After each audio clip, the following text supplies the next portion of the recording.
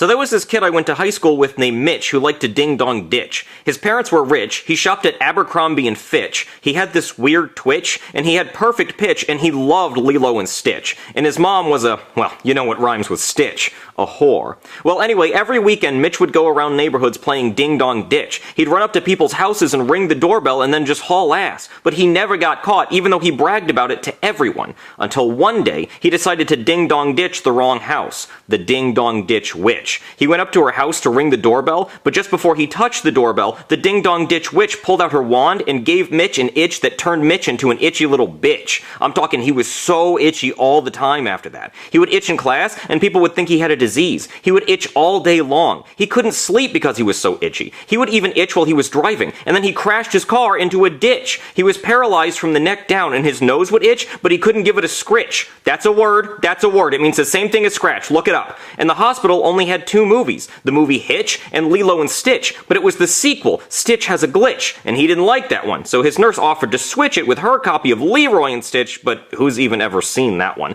My main point is that he's still in the hospital bed to this day, paralyzed from the neck down, with an itch he just can't quite fix.